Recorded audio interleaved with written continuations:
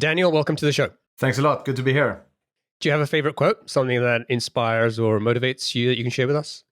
I think Ted Turner once said, when asked, like, what would you have done differently in your career? And I think he said something like, I should have hired slower and fired faster. I agree with that. So tell us about Upsales. What does the product do? Who's it for? And what's the main problem that you're helping to solve? So we're a sales and marketing tool. So we are a CRM and a marketing automation provider. And we try to help like mid-size B2B companies to grow revenue. And we focus on a couple of like key areas of the sales process where we believe that the industry in general has done a poor job of solving these specific problems. So we try to solve them for a specific niche of the market, basically. Okay, great. So I want to talk about kind of how you came up with the idea for this business. You founded this company in 2001. Before we do that, what were you doing before you founded Upsales, and how did you come up with the idea for this business? Yes, I mean, I was 20 years old when I founded Upsales, so I didn't have, that much of a background to talk about. But I mean, I always been into programming. I've been doing programming since I was 13 years old. And then when I finished high school, the plan was to go to the university and study some kind of engineering.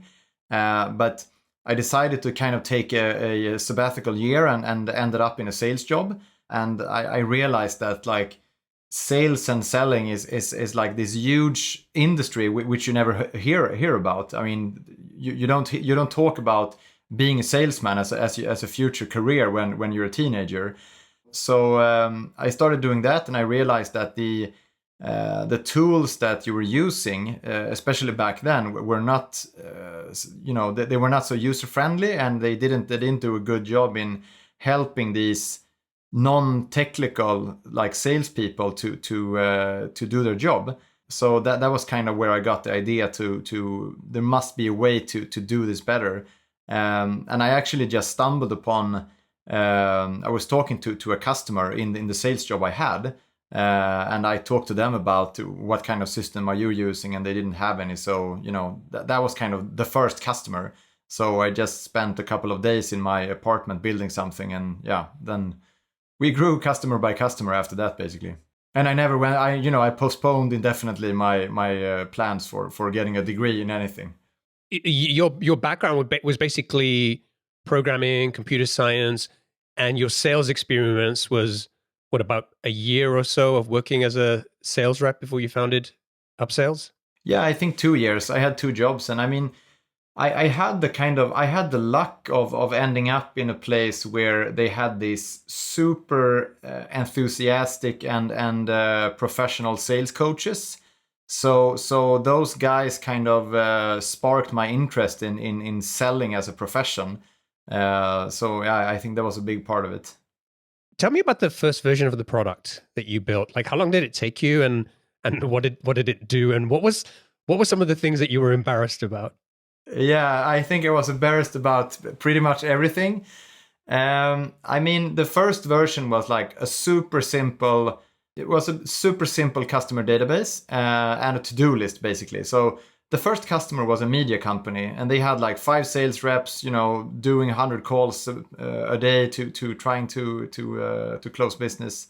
So they just used this first version to keep track of all the calls and all the customers. I think I spent like 120 hours building the first product, so it was like very, very basic. And did you build it with just this one customer in mind, or while you were building it, you were talking to other customers as part of your job, trying to gather more research and insights?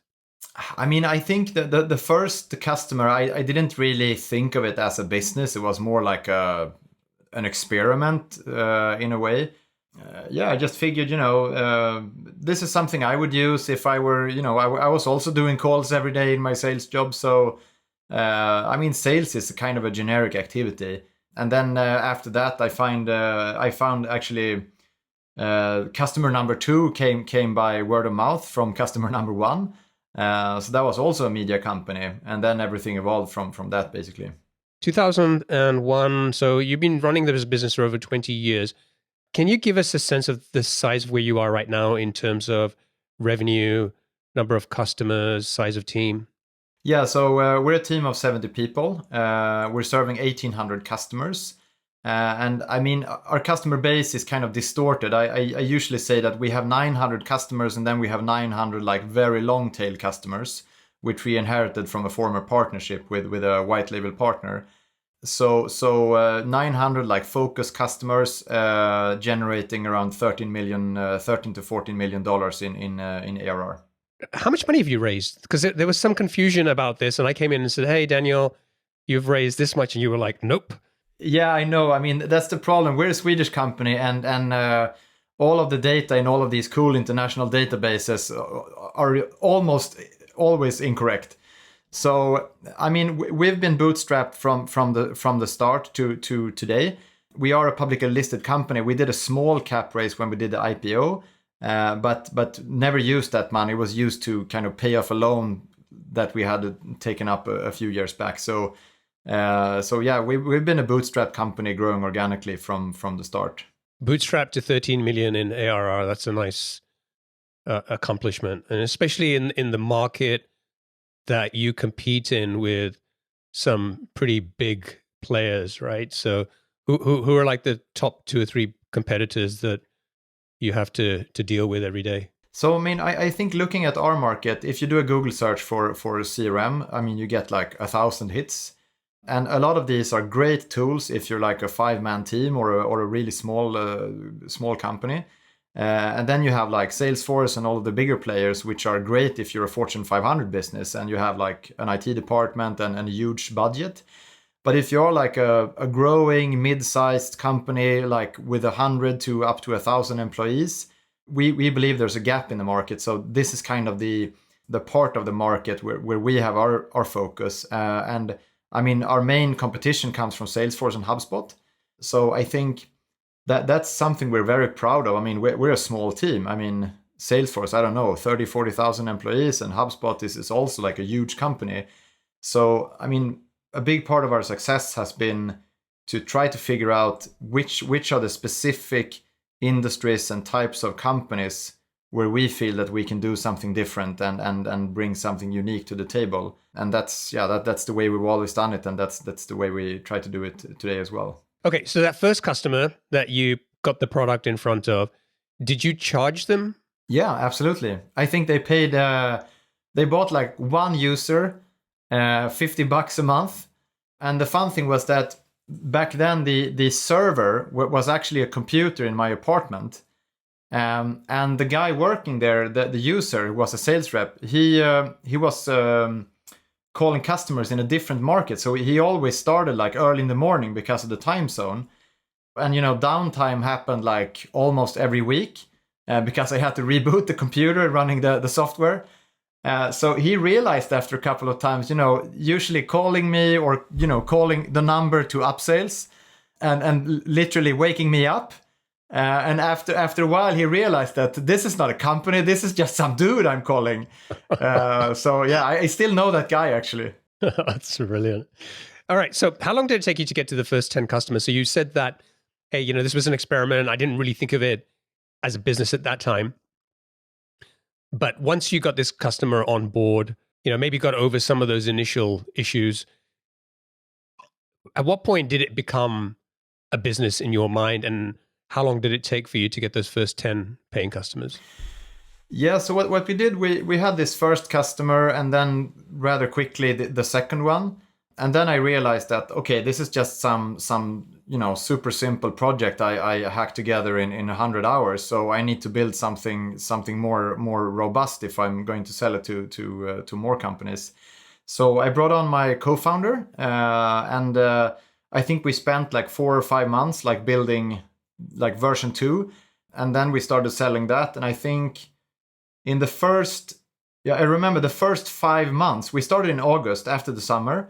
So August to Christmas, I closed 5 customers, and I think I met with like 110 or 120 or something. So like the win rate was horrible, and I remember like the mental pressure of like, you know, 19 out of 20 people I meet is not interested in what I have to say. So that was very tough. But then after those first 5 months, something happened. We I don't remember exactly what was the main difference, but we went from like closing 1 in 20 to maybe closing 1 in 7 or 1 in 8 out of the customers we met. So I think maybe in total 7 to 8 months to get to customer number 10. You said you didn't know what changed. Do you think it was just you were just getting better at kind of selling the product? Yeah, I think so. I had a friend who's like very, everybody knows that guy who's like brutally honest when he gives you feedback. So I had that friend, and he actually joined me on a few sales meetings, and he gave me some very harsh feedback. So I think that was one of the key aspects. So yeah, and I think one of the key things was like, I mean, in the beginning, you want to talk to anybody who wants to talk to you. But I think it's super important to early on be selective because you have 24 hours every day. That's like you have the same currency as anybody else, and it's important to be wise about where to spend that time. Yeah, everybody needs one of those friends who are harsh with the truth.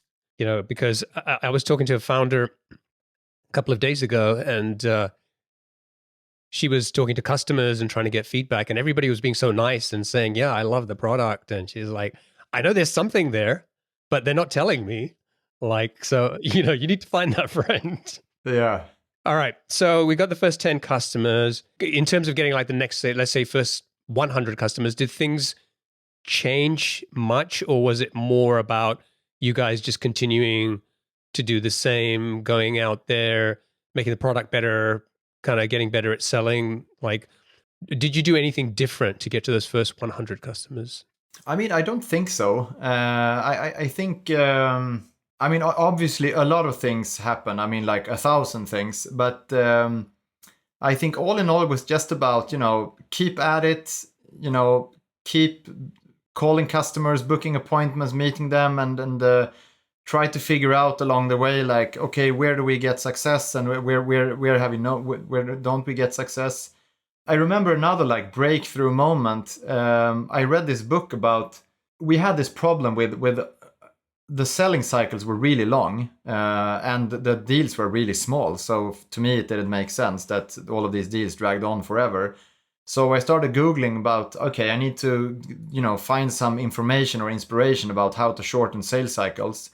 And I stumbled upon this book called Getting to Closed by a guy called Steve Schiffman. And that, like, I think it doubled my effectiveness, because it gave me this mindset about, being brutally honest with all of your customers, and not just pleasing them, and make sure to spend time with the right kind of customers, basically. So I think that was kind of an accelerator, actually. I haven't heard of that book before. It's amazing. It's like 25 years old, but it's the best book still. I mean, I've read like several hundred sales books, but I think this one is the best when it comes to how to work effectively with your pipeline. It's really, really good. Do you remember when you hit your first million in ARR? Our first million was in 2006. So yeah, like 5 years. So 2006, the business is still bootstrapped. You hit the million ARR. When you founded Upsales, I think Salesforce was still in the early days, right? They had kind of been noodling around with their product. HubSpot didn't even exist, I think. I think HubSpot was going to happen later. I want to kind of figure out this kind of competitive landscape. You talked about, hey, this is where we think, you described that market in terms of these are the companies that we think are underserved, where we think this opportunity exists for us to provide value. How did that change once products like HubSpot and Salesforce kind of became more mainstream? Did you find yourself that having to spend more time with customers trying to explain where Upsales fits in and how it's different or better? Or do you feel like you'd kind of already the last sort of 5 years of building and selling the product, you'd already started to get some clarity around the sweet spot for where Upsales kind of fitted in and your positioning? I mean, in a way, we're still trying to figure that out, to be honest. I mean, it changes all the time, or I mean, at least it evolves. In the early days, I mean, just talking about the basic stuff in a CRM was enough to convince a lot of customers. And the market was like very immature. I think in a way it's still very immature. But as we have grown as a company, we've looked at, okay, which are the integrations we can do? Like what's the data we can add to Upsales that no other provider has that gives us an edge? That has been one like very important thing. And I think also, I mean, when I talk to people in our sales team and to other entrepreneurs, I mean, especially early stage entrepreneurs, I think that don't think so much about the competition, because it's an illusion that all customers know about all providers. I mean, most prospects you meet, hear about your product or your product category for the first time. So I think that's important to go out there and just talk to the customer, understand their problems, and solve them in a better way than anybody else, and don't worry so much about the competition. I think a lot of companies make competition too big of an issue.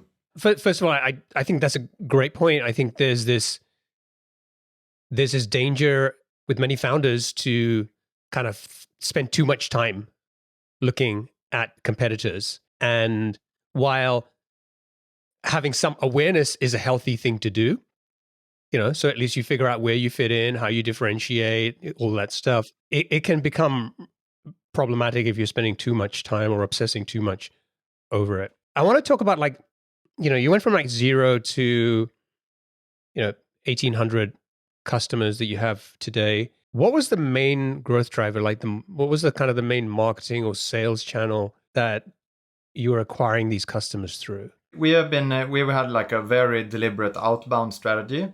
I mean, we do a lot of marketing, and we get quite a few leads every week. We get a decent amount of customers from word of mouth and referrals from happy customers as well. You can look at it in two ways. If you look at it in terms of number of new customers we bring in, I think that inbound or word of mouth are probably like the biggest sources. But if you look at revenue, like outbound is probably 80 or 90%. And I believe that's the case in most SaaS companies. I mean, for us, looking at the target list we have of like the ICPs where we're going after, I mean, it's a pretty small list. It's like 1,500 named accounts, and these are the accounts we're targeting. One client from that list is the equivalent of like 20 customers coming from inbound channels. So I think a lot of SaaS companies and also companies in other industries have this fantasy about how nice would it be if just the customers just came to us. And I think succeeding with inbound for larger deals or deals that move the needle, I think it's very difficult, and I see very few companies doing that successfully. So you said you're targeting around 1,500 companies. You have 1,800 customers today. I know you talked about the 900 that maybe fit that category. So is that 900 part of the 1,500? No, I mean, we have a long tail. I mean, we work with any customer who wants to work with us where we believe we can provide value. So, I mean, we get a lot of customers every month that finds us online and finds us through marketing. But looking at this focused list of like high value accounts, I think we may have sold to, I don't know, 5 or 10% of them now. So it's still a long way to go, a long runway. Yeah. So tell me about the sales process. Not today. We can maybe compare that to how you do it today. But when you first identified this ICP, and you said, okay, we're going to go out and we're going to do outbound and we're going to try and land some of these deals. What did that outbound process look like? And typically, like, how long was the sales cycle like for you to get from like first touch to closing this type of deal? I mean, so that's always also evolved throughout the years, and I think that what always worked best for us has been to go out there, talk to the customer, and try to get some like initial understanding of their situation, and then move straight from that to provide value instead of like doing hypothetical demos and stuff like that. I think that we always try to set up a trial account to get the customer's data into the account so they see the actual. Basically, we onboard them as if they would have been a paying customer. I think that has always been the most effective way. I mean, that's not always possible depending on what product you're selling, but for us, that has always been the fastest way to win the deal. And it's funny because this was basically what we were doing in the beginning. Because as a bootstrapped company, I mean, you literally have a gun to your head, and you need to close business to be ordered to pay the rent and buy lunch basically. So anybody who wanted to work with us, I mean, we would do whatever they needed. So we did all these crazy customizations and all of this crazy stuff in the beginning, and then we moved to this more kind of professional selling process, if you will. And then lately, the last 2 or 3 years, we kind of went back to the the initial way we used to work with customers of just skip all the sales stuff and just show them the value, because that's what matters for the customer. Give me an example of when you mean like skip the sales stuff and show them value. So I think what you just described there in terms of saying, hey, we get their data in, even if they're just a trial, and depending on the type of customer and the data they have, I assume could become quite a significant piece of work for your team to do that well. But I can see the value in it, because you give somebody access to an account and there's no data in there. Exactly. And they're thinking to themselves, okay, I can kind of play around with this, but I don't really know how this is going to work. And the effort required to take all my data and put it into here for a trial, I'm not going to waste time doing that. And so there's this risk that this trial never goes anywhere. And so I think it's super smart to say, no. We know this is a hurdle for potential customers.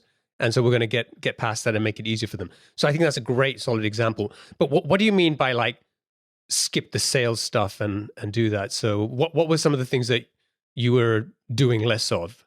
Most sales calls and sales meetings, you talk about like hypothetical stuff.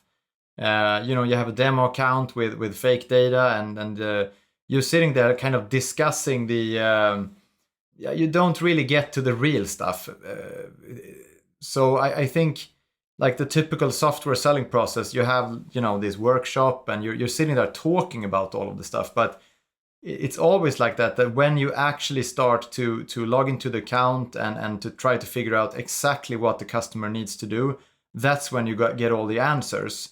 So I think this builds a lot of trust, and when you sit in this hypothetical workshop discussion, the customer is always thinking, okay, this sounds really good in theory, but I don't really know if it will work in reality. So and we all that's also one of the reasons why we spend so much time building integrations to like the most common like other tools that our target market is using to kind of accelerate the way to get the data in.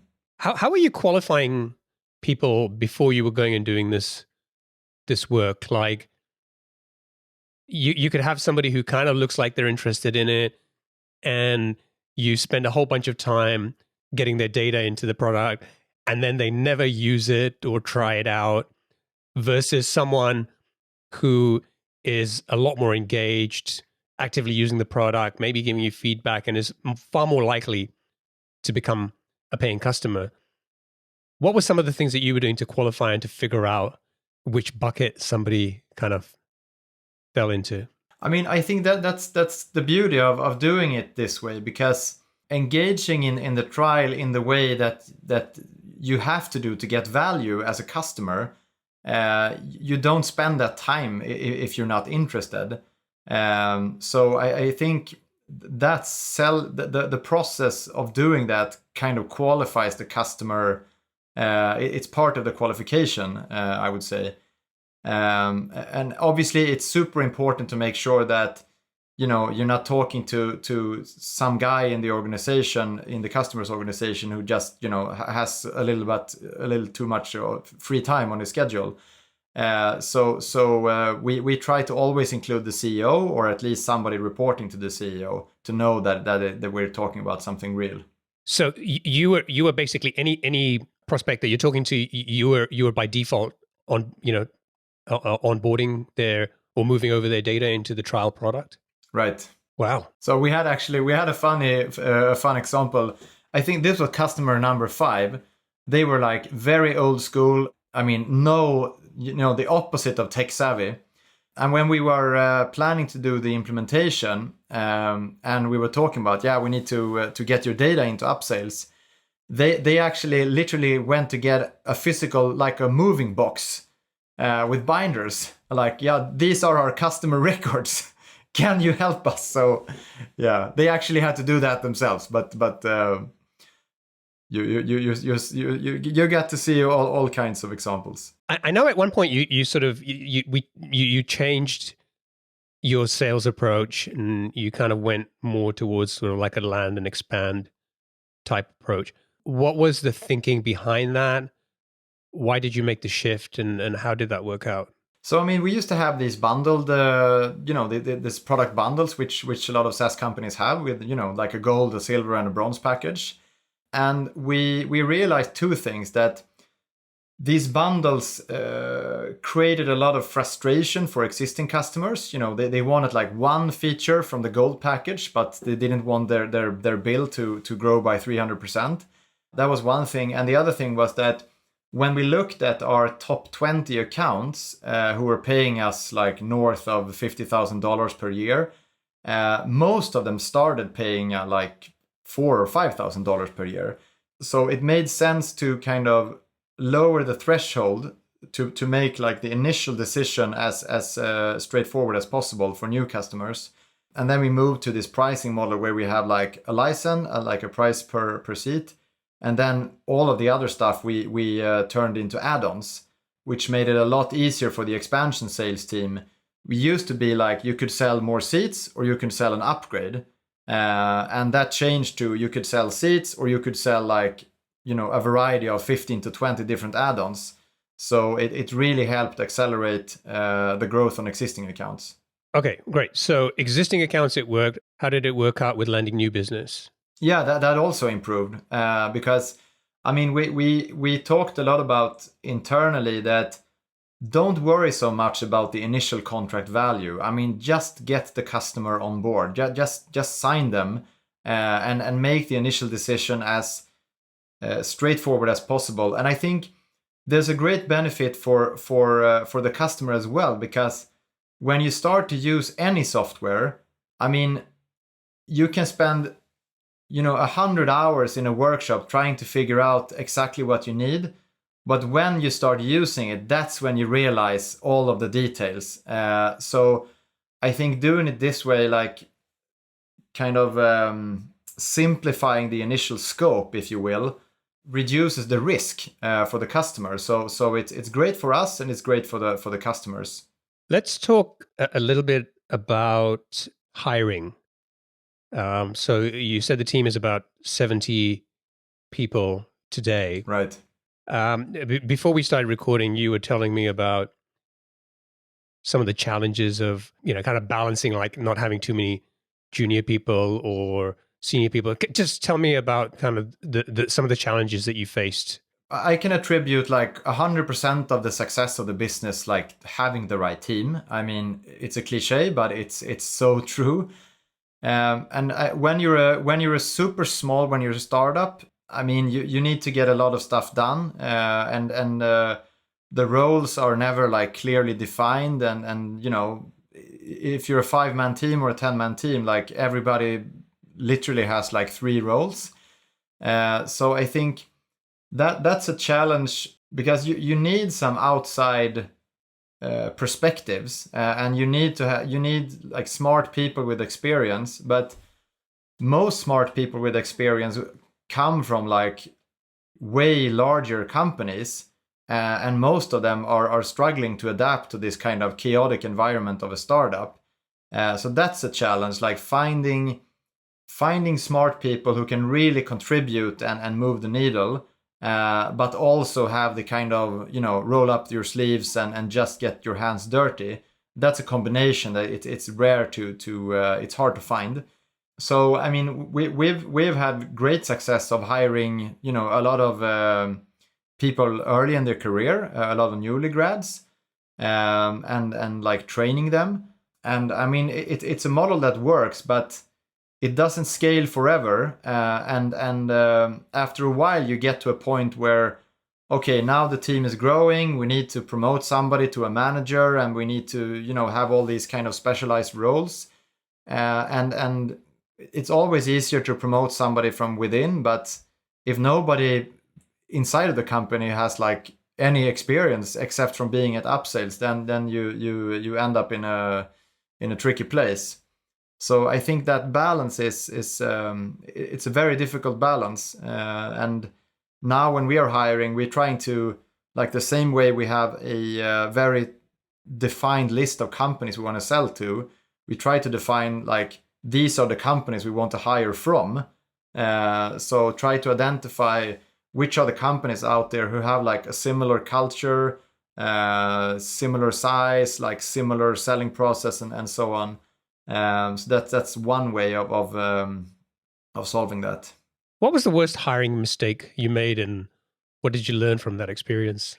I mean, I remember one time a few years ago, we actually hired like 3 people almost at the same time who were like super senior. 2 of them were part of the management team. And these were like really smart people. And every month when we have like a town hall meeting every month, going through the KPIs and all of the stuff that's happening, and boy, they had impressive PowerPoint slides, but a couple of months go by and you realize that none of them is doing anything. So I think that was kind of, don't get impressed by people's jargon or slides or resume or background. I mean, and I think one learning from that was that when you hire somebody senior for the first time, don't just let them go. Make sure to like have clear expectations, like weekly check-ins and milestones. And I mean, you can't manage them in the same way you manage a newly grad, but you can't just let them go either. So I think that was kind of the mistake I did. It took me too long to realize that these guys they aren't doing anything, and I paid them a fortune. I think it goes back to like hiring the right person for the right type of company. And if you're bringing in somebody senior who's working in maybe a much bigger company, maybe some of those PowerPoint slides are the expectation, right? Because they're kind of delegating a lot of stuff out. And the other thing I wanted to ask you about was this IPO that you mentioned. Typically, like, when I kind of look at a company and think of IPOs, it's usually, they hit 100 million in ARR or something like that. So for you at around 30 million ARR, I don't know exactly when you did the IPO. 2019, so like 4 years ago. Got it. So it kind of seemed early. Is there something specific to like Sweden, or do I just not know what I'm talking about when it comes to IPOs? No, but it's a good point. I think that Sweden actually has a culture of a very large part of the population have like a stock account. So you have this culture of buying stocks. I mean, even if you have like only $1,000, you probably have like some kind of stock account and you trade stocks. So this has kind of enabled.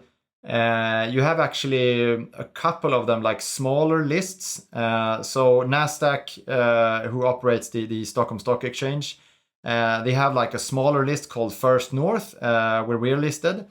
And I mean, this has enabled like very small companies to go public. I mean, I think I think a lot of companies do it too early. When we did it, we were at like $6 million in revenue. And I mean, we were profitable. We were doing like 20% EBITDA or something like that. So, I mean, at least we had some kind of stability and a business that had some predictability to it. The story behind it was that, I mean, I think I had like 74% ownership when we did the IPO. So I wanted to sell like a small part of my ownership. And I had a partner who wanted to exit who had like 10% as well. And then we had a loan I mentioned. So we took on like, I think we did a share issue of $2.5 million. So it was like a small issue. And the pre-IPO, which we did to get some more institutions and more famous people in the list of shareholders. That was actually a pure secondary. So me and my partner selling existing shares. So I think if you add those together, I think it actually becomes the number you see in Crunchbase. But like 2/3 of that were never like capital raised to the company. It was just me and my partner selling shares. There are obvious benefits to doing an IPO, but as a bootstrap founder, where you kind of are running the show, you don't get too much interference. There are no investors to tell you what to do or grow faster at any cost and that kind of stuff. What has been some of the challenges of now running a public company? I think a lot of people like overcomplicate. I mean, you have this view of like once you go public, you have this monster of administration and all this stuff you need to do. I mean, we have one person in finance, and then we have like an outsourced partner helping us with like the day-to-day books. But we have a highly automated way of running our finance team. I mean, I have a few friends who've taken their companies public, and some of them have had like very poor experiences from doing that. So I try to learn from their mistakes. And I mean, I think I wanted to sell some of my shares, and my partner wanted to exit, and I wanted to continue to be the majority shareholder and to maintain the control of Upsales and run it the way I want to. I wouldn't have been able to do that by the other option would have been to sell like a minority stake to a private equity firm or something like that. I think that would have been more of a hassle actually to handle compared to taking the company public. So if you do it the right way, it's not that bad actually. Yeah, it sounds very like I thought. You had a huge finance department and a whole bunch of overhead now that you had to deal with, and things you have to, requirements that you have to meet in terms of how you're running the business. But there you go, you learn something new every day. Yeah, and I mean, I think that the majority, the kind of the trap that I think a lot of companies fall into is that when you go into that space, you start meeting all these bankers and advisors and investors. I mean, these are smart people, and all of them have like very strong opinions about what you should do once you're a listed company. Almost all of them are wrong. That was tricky in the beginning to navigate. Like, okay, who should we listen to? So I actually found a couple of mentors, like entrepreneurs who have taken their business public and had it public for many years and grown it into larger companies. And the advice you get from people like that are like almost always exactly the opposite of what you get from these like smart experts in expensive suits. All right, we should wrap up. So I'm going to get onto the lightning round. I've got 7 quick fire questions for you. So just try to answer them as quickly as you can. Let's do it. What's one of the best pieces of business advice you've received? Trust your gut. What book would you recommend to our audience and why? You can say the same book again if you like. Yeah, I mean, the book I mentioned is great, but I love, it's behind me here, it's A Hard Thing About Hard Things by Ben Horowitz. I've got a ton of good advice from that one. What's one attribute or characteristic in your mind of a successful founder? Stamina. What's your favorite personal productivity tool or habit? Getting things done. What's a new or crazy business idea you'd love to pursue if you had the extra time? I don't know. Something in related to energy, maybe. What's an interesting or fun fact about you that most people don't know? I actually once was planning to compete in powerlifting, and I was planned to be on the national competition actually when I was like 35 years old. Wow. Yeah, and then I broke my back. Oh, sorry to hear that. And finally, what's one of your most important passions outside of your work? Skiing. Sweet. All right. If people want to find out more about Upsales, they can go to upsales.com. If folks want to get in touch with you, what's the best way for them to do that? Daniel@upsales.com. Beautiful. Daniel, thank you so much for making the time to chat and for sharing your story. Always love talking to founders who bootstrap and their SaaS business and grow beyond 10 million ARR. So congratulations on that. And I wish you and the team the best of success. Thanks a lot. Thanks for having me. My pleasure. All the best. Cheers.